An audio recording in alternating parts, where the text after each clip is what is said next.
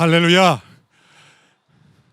이 시간 함께 인사할 때는 창문을 내리고 우리 손을 창 밖으로 내밀면서 할렐루야, 예수님 부활하셨습니다 큰 소리로 외치며 축복합니다. 할렐루야, 예수님 부활하셨습니다. 사랑하는 성도 여러분, 이렇게 함께 야외에서 뵙게 되어서 기쁘고 감사합니다. 부활주일에 우리가 예배당에서 함께 모이지 못하고 많은 성도들은 온라인으로 함께 예배 드리고 있습니다. 또한 이 자리에는 우리 온누리교회 성도들 중에 일부의 성도들이지만 이렇게 열심을 내어서 함께 이 자리에 모인 귀한 성도님들이 함께 계십니다. 꼭 모여야 하는가? 모여야 합니다. 시간과 장소를 정하여 우리가 함께 나의 시간을 드리고 또 나의 몸을 움직여서 함께 모여 예배 드리는 것, 그것부터가 우리의 마음을 하나님께 드리는 귀한 예배입니다. 어쩔 수 없이 함께 온라인으로 예배에 참여하는 많은 성도들도 있는 그 자리에서 자신의 일터에서 혹은 집에서 홀로 있는 그곳에서 우리의 몸을 움직여 단정한 마음으로 또 우리의 마음을 새롭게 하여 이 예배에 함께 참여할 수 있게 되기를 바랍니다. 우리 그리스도인들에게는 사실 매 주일이 부활 주일입니다. 주의 날은 주님의 부활을 기뻐하여 함께 모이기 시작함으로 시작이 되어 있습니다. 우리는 이날 모이지 않으면 하나님께서 벌 주실까 봐 두려워 모이는 것이 아닙니다. 우리는 기쁨으로 함께 모이는 것입니다. 세상의 그 어떤 환경이 또 전염병의 위기가 막을 수 없는 부활의 생명의 기쁨이 우리 안에 있기에 우리는 함께 모여 이 자리에 예배를 드리게 되었습니다. 오늘 부활주일을 맞이하여 여러 가지 특별한 시간들을 준비했습니다. 특별히 우리 어린 자녀들 차세대를 위해서 온누리교회 각 캠퍼스에 부모님들과 함께 자녀들이 자동차로 잠시 방문을 하게 됩니다. 영어로 드라이브 스루라 그러죠. 잠시 방문할 때 우리 자녀들에게 부활절 선물을 패키지를 드립니다. 그 안에는 성경을 쓸 수 있는 노트도 있고요, 또 계란도 하나 있고요, 또 우리 자녀들을 위한 또 신앙을 도움을 주는 여러 자료들이 있습니다. 또한 부모님들은 교회 예배당에 방문하실 때 그냥 오는 것이 아니라 봄이 되었으니 이제 집안 살림 정리해 보니까 그동안 쓸 수 있지만 또 좋은 물건이지만 쓰지 않고 오랫동안 두었던 물건들이 있습니다.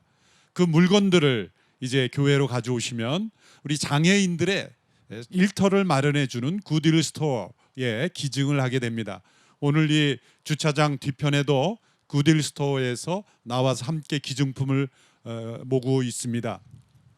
그동안 저희가 함께 모은 그런 기증 품목으로 71명의 장애인들이 일터를 마련해서 또 생계를 유지하는 귀한 축복이 있었습니다. 몇 년 만에 71명의 장애인들이 자신의 일터를 마련하게 되었다는 것, 참 하나님께서 주신 축복입니다. 혹 오늘 가져오지 못한 분들은 주중에라도 또 소빙고 양재에 있는 그런 굿윌 스토어 박스에 집안에 있는 옷들, 쓸 수 있는 것들, 또 쓸 수 있는 좋은 물건들 가져와서 기증해 주시기 바랍니다. 오늘 부활주일 드려지는 감사 헌금, 물론 온누리교회 모든 헌금은 온라인입니다. 부활절 감사 헌금과 또 4월 비전 헌금은 공감 소비 운동, 착한 소비 운동을 위하여 쓰여집니다. 약 85개의 교회가 함께 참여하기로 작정을 했습니다. 이것은 오늘 드려지는 감사 헌금으로 지역 상품권을 구매해서 우리 순과 사역팀들이 전통시장에 가서 필요한 물품들을 구매해서 지역사회에 어렵고 소외된 이웃들을 위하여 나누어 주는 나눔 소비, 착한 소비, 또 공감 소비 운동입니다. 이제 코로나 재난으로 인하여 경제가 위기 가운데 처해 있다고 합니다.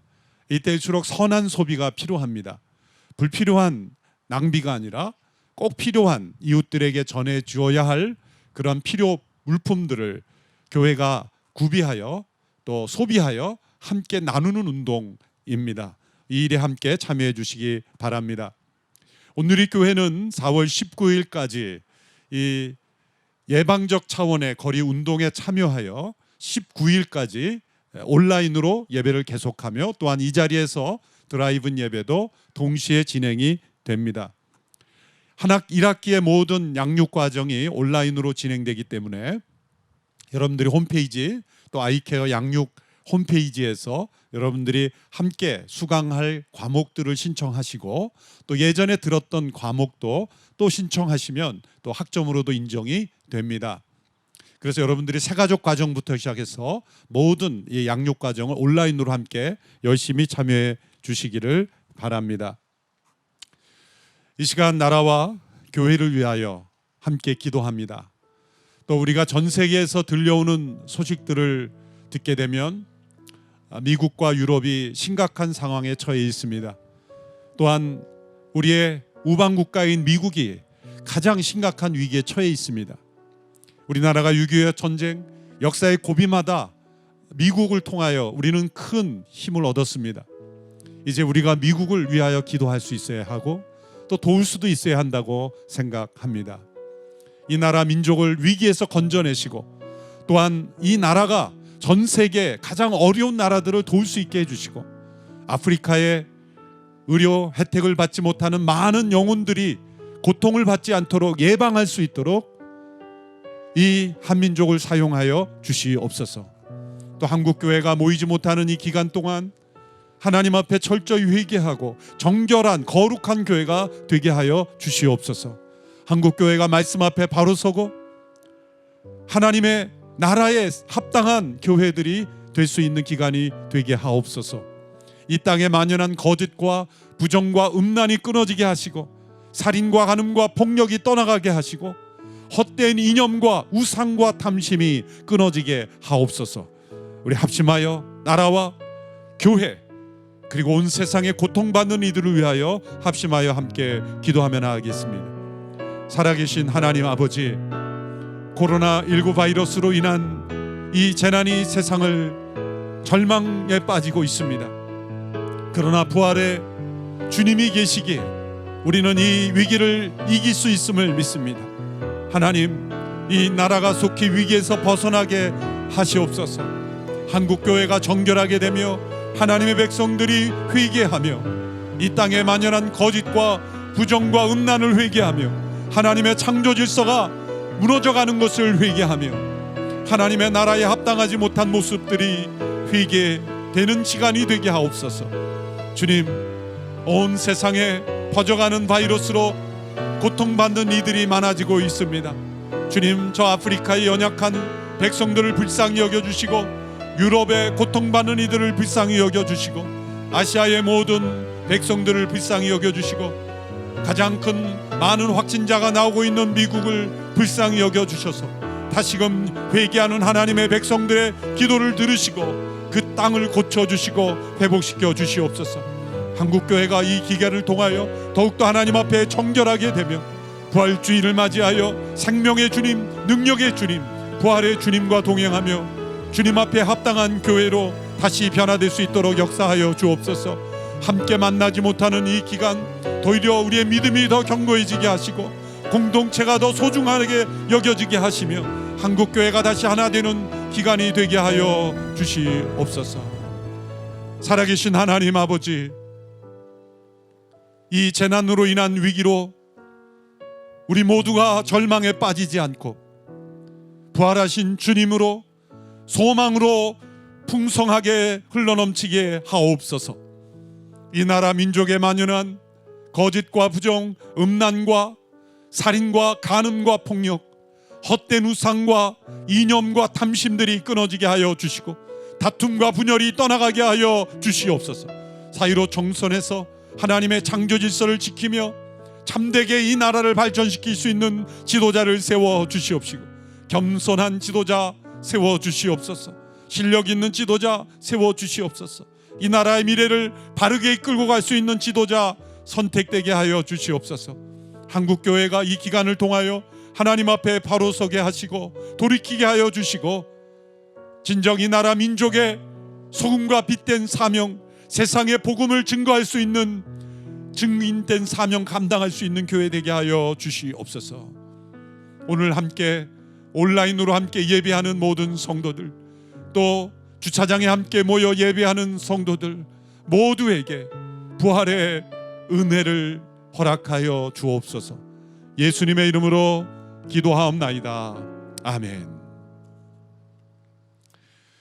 예수님께서 죽음에서 살아나셨습니다.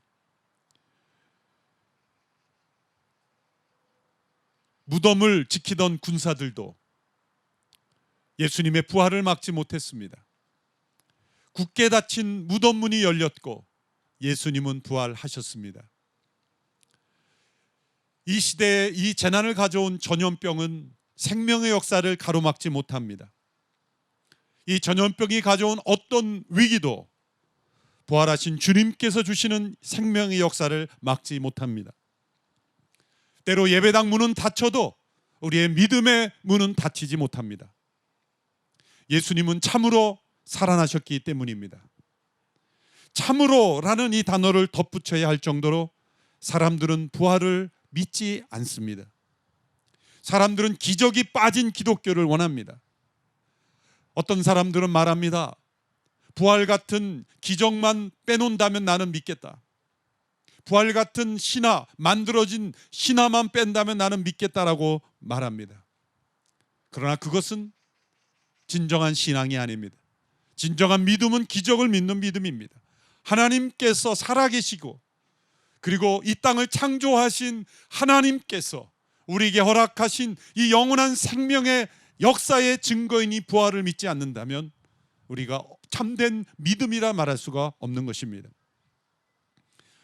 부활을 믿지 않으려는 그 생각 이면에는 거대한 생각의 편견이 담겨 있습니다. 그 생각의 편견은 우리가 지금 보고 느낄 수 있는 이 자연만이 실제하는 모든 것이라는 것입니다. 이른바 자연주의라고 말할 수가 있죠. 그러나 C.S. 루이스라는 분은 기적이라는 책에서 예수님의 부활을 일컬어 새로운 자연이라는 단어로 설명했습니다. 여러 자연이 존재한다. 지금의 자연 위에 새로운 자연이 존재한다. 예수 그리스도의 부활은 그 새로운 자연의 문을 여는 최초의 사건이라고 설명했습니다. 예수님의 부활은 우리가 경험하는 이 자연과 또 다른 자연, 새로운 자연, 자연 위에 있는 자연의 문을 연 최초의 사건이라는 것입니다. 우리는 2000년 전에 십자가에서 죽으신 과거 역사 속의 예수님을 믿는 것이 아닙니다. 그 죽음에서 다시 살아나셔서 지금 실체로 존재하시는 살아계신 예수님을 믿는 것입니다. 영적인 세계에서 두 개의 중요한 단어가 있습니다.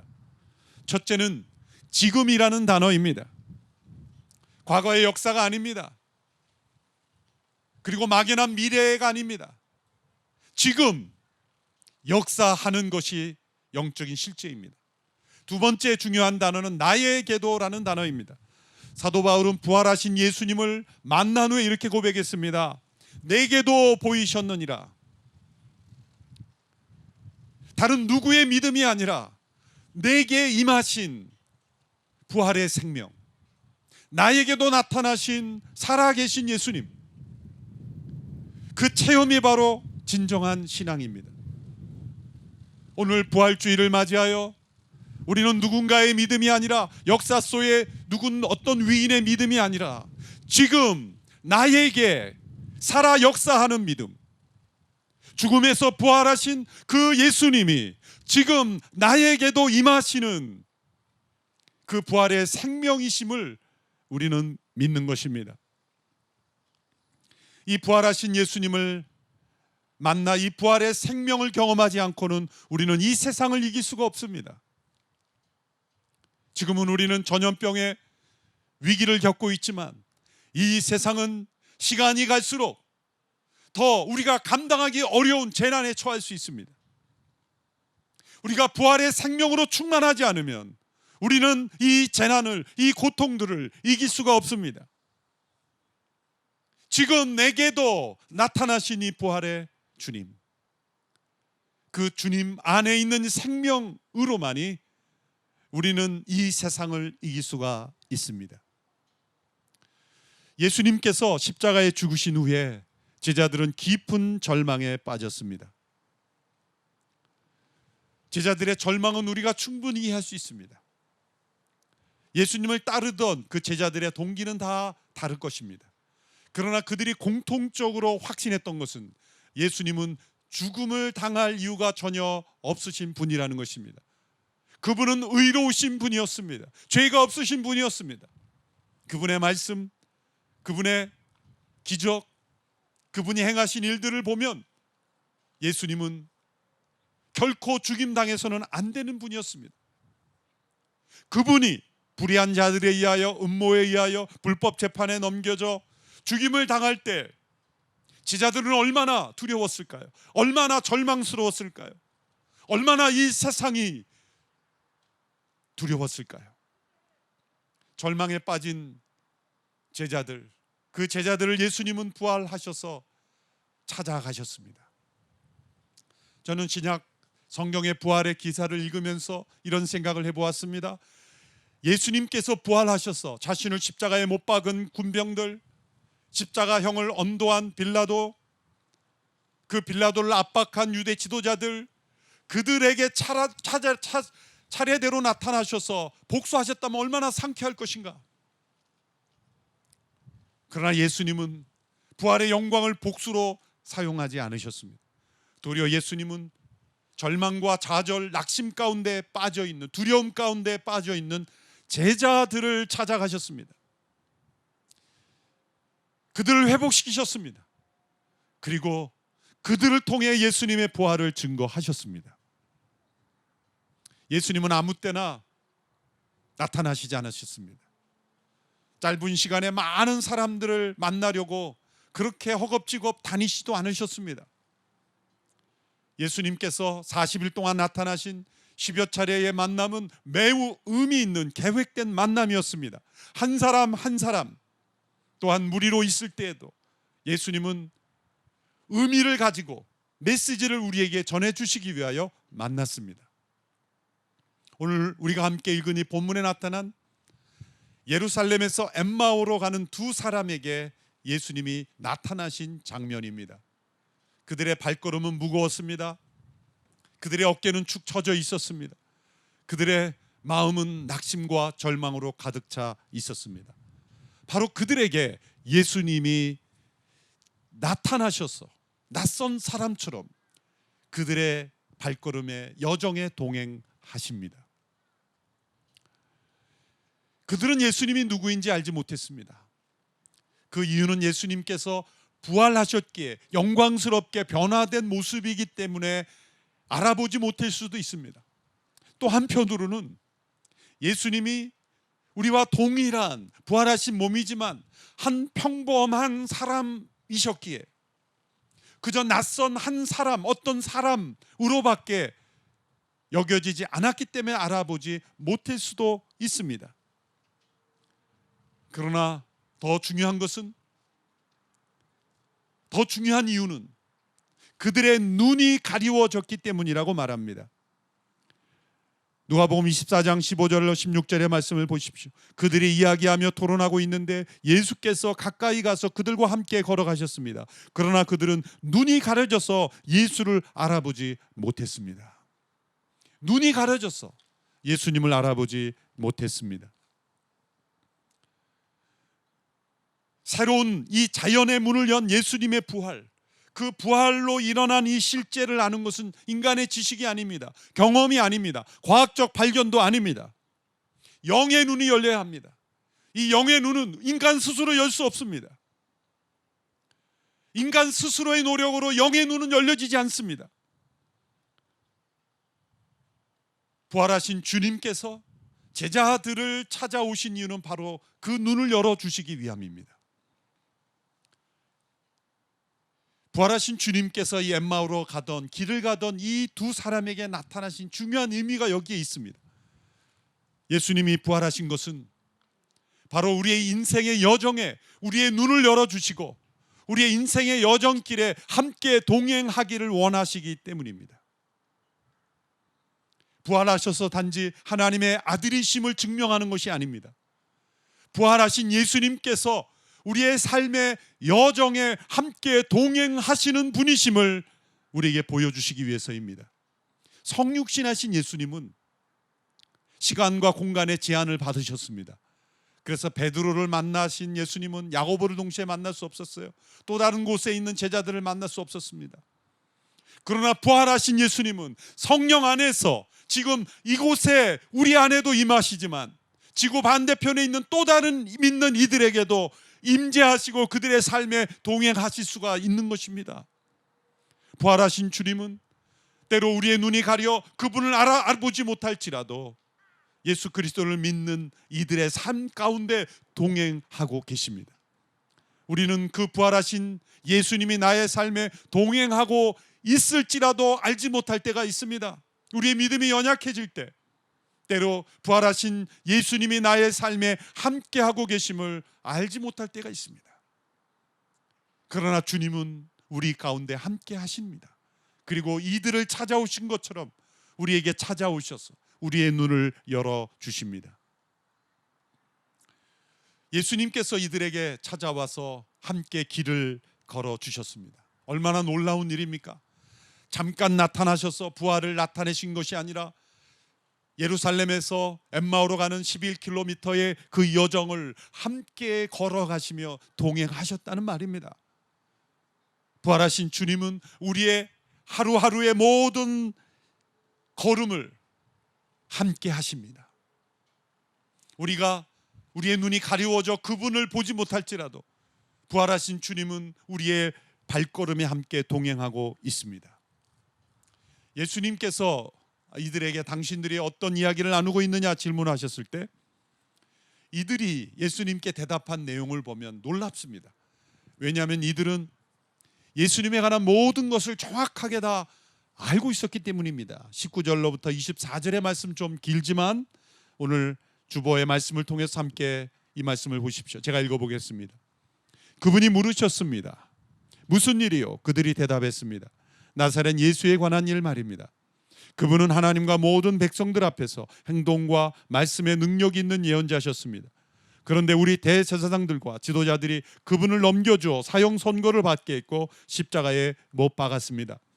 그러나 우리는 이스라엘을 구속해 주실 분이 바로 그분이라고 바라고 믿고 있었습니다. 그뿐 아니라 그런 일이 있은 지 벌써 3일째 됐는데 우리 중 몇몇 여인들이 우리를 놀라게 했습니다. 그들이 아침 일찍 무덤에 갔다가 그분의 시신을 찾지 못하고 돌아와서 천사들의 환상을 보았다고 했습니다. 그리고 그 천사들이 예수께서 살아계신다고 말했다는 것입니다. 그래서 우리 동료 몇 사람이 무덤으로 가보았더니 그 여인들이 말한 대로 그분을 볼 수 없었다는 것입니다. 자, 이들의 대화를 보면 예수님께서 하시던 모든 일들, 그리고 십자가에 못 박혀 죽으신 것, 그리고 예수님의 무덤이 비어있던 것, 그리고 몇몇 여인들과 소수의 제자들이 그 빈 무덤을 확인한 것, 모든 것을 다 들었습니다. 예수님의 무덤이 비었다는 것을 들었습니다. 그리고 예수님을 만난 사람의 증언도 들었습니다. 그런데 이들에게는 아직 믿음이 없었습니다. 사실 이 부활절이라는 것이 어떤 절기인지 세상 모든 사람들이 압니다. 이 자리를 취재하는 언론의 기자들도 아실 겁니다. 예수님이 부활하셨다는 것을 기억하고 기뻐하고 그것이 우리의 능력이 되기에 이렇게 함께 모이는 예배로 드린다는 것을 세상 사람들도 압니다. 그러나 믿지는 않습니다. 어떤 정보를 듣는다고 해서 그것이 곧 믿음이 되는 것은 아니기 때문입니다. 어떤 사실을 들을 때 그것을 마음으로 저항하는 어떤 인간 안에 있는 그 반항, 저항, 믿음을 거부하는 어떤 것이 있기 때문입니다. 예수님은 이 제자들에게도 그러한 믿음을 저항하는 것이 있음을 보셨습니다. 그래서 이 제자들을 찾아오신 겁니다. 25절에 예수님께서 그들에게 말씀합니다. 예수께서 그들에게 말씀하셨습니다. 어리석고 예언자들이 말한 모든 것을 마음에 더디게 믿는 사람들이여. 그들의 눈이 열리지 않는 것, 예수님의 제자였고 또 예수님을 주변으로 일어난 모든 일들, 또 심지어 예수님의 무덤이 비었다는 것까지 들었던 이 제자들이 마음에 더디 믿었기에 그들의 눈이 열리지 않았습니다. 그러나 예수님은 그들과 함께하고 계셨습니다. 그들을 야단치지도 않으셨습니다. 그들에게 만나자마자 너희들이 어떻게 나를 몰라볼 수 있느냐 그렇게 책망하지도 않았습니다. 예수님은 그들이 스스로 알아볼 수 있을 때까지 기다려 주셨습니다. 그리고 그들이 깨달을 수 있는 조치를 해주셨습니다. 그것은 바로 구약 성경을 통해서 예수님에 대하여 설명해 주신 것입니다. 오늘 본문 27절의 말씀인데요, 우리 같이 한 목소리로 함께 읽겠습니다. 시작. 그리고 예수께서는 모세와 모든 예언자들로부터 시작해 성경 전체에서 자기에 관해 언급된 것을 그들에게 자세히 설명해 주셨습니다. 예수님은 그들에게 구약 성경에 예수님에 관하여 어떤 설명을 하고 있는지를 설명해 주셨습니다. 놀랍게도 이들은 예수님의 이 말씀을 들을 때에도 아직 예수님을 알아보지 못했습니다. 그런데 이제 엠마오에 도착해서 함께 식사하던 중에 예수님을 알아보게 됩니다. 30절 31절입니다. 예수께서 그들과 함께 상의 기도에 앉아 빵을 들고 감사 기도를 드린 후 떼어 그들에게 나눠 주셨습니다. 그제야 그들의 눈이 열려 예수를 알아보았습니다. 그러나 곧 예수께서 그들의 눈앞에서 사라지셨습니다. 빵을 예수님께서 떼시는 그때 눈이 열려 예수님을 알아보았다는 겁니다. 어떤 사람들은 예수님이 빵을 떼실 때 그 예수님의 손에 있는 못자국을 보았기 때문이라고도 말합니다. 또 어떤 사람은 빵을 떼실 때 그 감사 기도가 언젠가 들었던 예수님의 기도이기 때문이라고도 말합니다. 어떤 사람은 식사 때 예수님의 식사 습관을 발견했기 때문이라고 말합니다. 그러나 가장 중요한 이유는 다 가능성이 있지만 이들이 서로 고백하는 내용 중에 그 이유가 나옵니다. 32절 우리 같이 한 목소리로 읽겠습니다. 시작.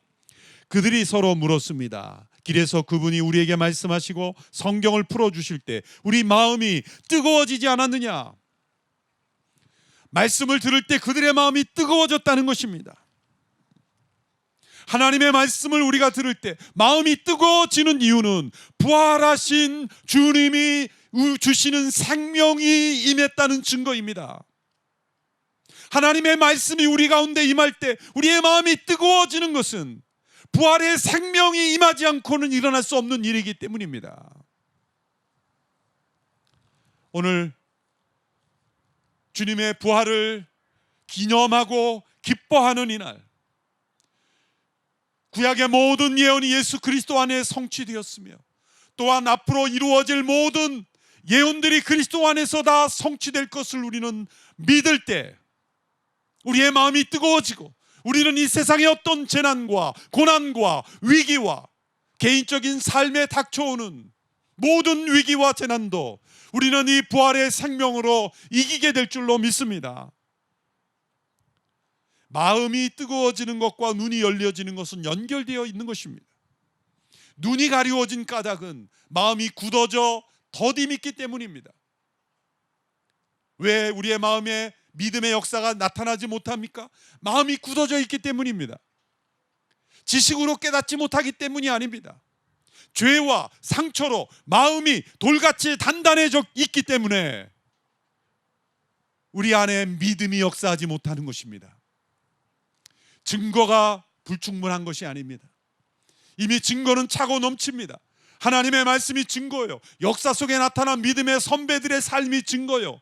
그리고 복음이 전해졌을 때 그 사회가 어떻게 변화되는지 그것이 증거입니다. 인류의 역사를 보십시오. 인류의 역사를 발전시키고 인류 역사를 건강하게 하고 인류를 새롭게 하는 모든 변화는 부활의 생명이 임한 곳에 나타났습니다. 하나님의 말씀을 진리로 받아들이는 곳에서 나타났습니다. 하나님의 말씀을 듣고 부활의 생명으로 그 마음이 뜨거워진 사람들에 의하여 역사는 변화되어 왔습니다. 역사에 선한 역사가 일어난 과거의 역사를 보십시오. 한결같이 부활의 생명으로 그 마음이 뜨거워진 자들을 통해서 세상은 선하게 변화되어 왔습니다. 세상의 교육군 눈을 먼저 열어주려고 합니다. 그러나 예수님은 마음을 움직이십니다. 오늘 이 부활주일 예배에 참여하는 모든 성도들, 온라인으로 함께 이 자리에 차 안에서 예배드리는 모든 성도들, 오늘 이 두 사람이 부활하신 예수님을 만나고 고백한 이 고백을 우리가 함께 하게 되기를 바랍니다. 주님은 참으로 살아나셨다. 주님은 참으로 살아나셨다. 이 고백이 우리의 뜨거워진 마음에 회복되어야 합니다. 그래서 부활의 생명으로 충만해져야 합니다. 2020년 부활주일, 주님은 우리를 이 부활의 생명으로 다시 초대합니다. 엠마오로 가는 길에서 일어난 일은 과거 역사의 일이 아니라 오늘 이 시대에 우리의 매일의 삶 속에 일어나야 하는 일입니다. 때로 우리의 마음이 굳어질 때, 우리의 믿음이 더디어지고 우리의 눈이 가려진 것입니다. 죄와 상처 속에 살아가면 우리의 마음이 굳어지고 우리의 믿음이 더딘 믿음이 되고 우리의 눈이 자꾸 가려지는 것입니다. 그 증거는 부활의 주님이 나의 삶에 함께 동행하고 계심에도 불구하고 그것을 깨닫지 못하고 마치 계시지 않는 것처럼, 예수님이 부활하지 않는 것처럼 그렇게 살아가는 것입니다. 때로는 죄에 타협하여 살아가는 것입니다. 때로는 그 부활의 생명을 능력으로 경험하지 못하고 절망과 좌절과 낙심에 빠져 살아가는 것입니다. 2000년이 넘는 오랜 시간 동안 수많은 부활의 증인이 있었고 부활의 증거가 있었지만 여전히 수많은 사람들이 믿지 않습니다. 무엇이 더 필요합니까? 엠마오로 가는 두 제자에게는 그들 가운데 임하신 예수님, 부활의 생명으로 살아 호흡하시는 예수님이 필요했던 것처럼 오늘 이 시대, 이 세상에는 부활의 생명으로 살아 호흡하는 살아있는 그리스도인이 필요한 것입니다. 생명은 반드시 자신을 증거하기 때문입니다. 생명은 존재 자체로 증거합니다. 생명은 살아 호흡하고 움직이며 영향을 미치게 되어 있습니다. 오늘 이 시대에 세상이 요구하는 것은 특별한 제도가 아닙니다. 새로운 법이 아닙니다. 위대한 지도자도 아닙니다. 오늘 이 세상에 필요한 것은 부활의 생명으로 살아 호흡하는 그리스도인들입니다. 2020년 오늘 부활절은 우리에게 잊을 수 없는 주일입니다.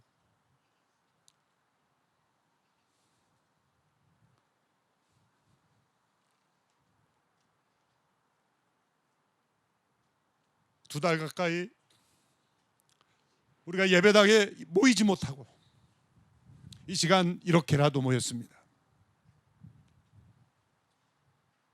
전 세계에서 일어나고 있는 이 재난은 우연이 아닙니다. 이것은 살아계신 하나님께서 역사를 통치하시고 섭리하고 계시는 것입니다. 지금 세계 곳곳에 그리스도인들이 회개하고 있습니다.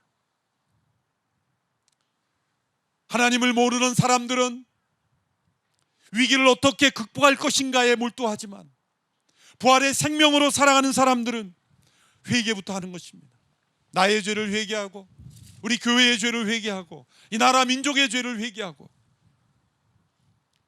주님이 부활하셨고 부활의 생명으로 우리 가운데 임하셨지만 새로운 자연의 세상을 바라보지 못하고 이 땅에 집착하며 살았던 우리의 죄를 회개하며 다시금 이 부활절, 이날 부활의 생명으로 우리가 충만해지기를 우리가 함께 기도하며 부활의 기쁨을 맞이한 우리 모두가 되기를 축원합니다. 기도하겠습니다. 사망 권세 깨뜨리시고 부활하신 주님을 찬양합니다. 우리에게 부활의 생명을 허락하시고 이 땅의 어떠한 위기와 재난과 고통도 죽음의 두려움도 이길 수 없는 능력을 허락하신 은혜에 감사를 드립니다. 우리가 예배당에 함께 모여 예배하지 못하는 이 기간이 도리어 부활의 생명으로 충만해지는 기간이 되게 하여 주시옵시고 사망의 그늘 아래 신음하는 이 세상을 향하여 살아계신 부활의 주님의 부활의 능력을 보여줄 수 있는 저희들이 되게 하여 주시옵소서. 모든 교회들의 예배를 받아주시고 흩어져 있는 성도들, 홀로 온라인으로 예배하는 모든 성도들의 예배도 받아주시며 그들의 믿음이 약해지지 않게 해주시고 믿음이 쇠약해지지 않게 해주시고 눈이 가리워지지 않게 해주시고 그 눈이 열려 부활하신 주님과 동행하는 믿음의 사람들이 다 되게 하여 주시옵소서. 예수님의 이름으로 기도하옵나이다. 아멘.